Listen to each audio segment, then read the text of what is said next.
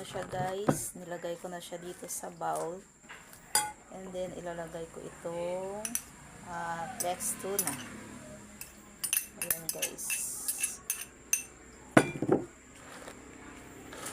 Tapos lagyan natin ng pipino.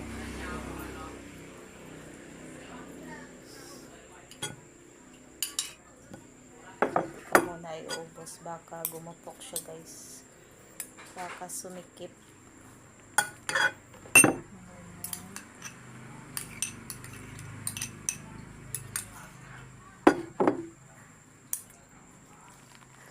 Guys.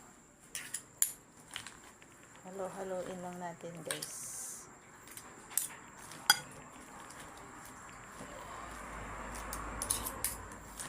Konti lang yung kanyang mayonnaise.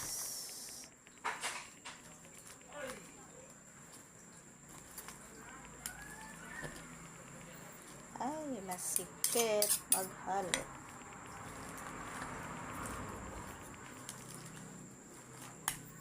Sarap to guys. Lalagay ko siya sa refrigerator guys.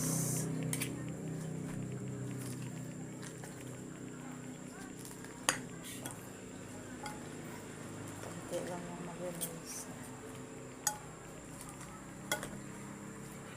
Ay, nakawas.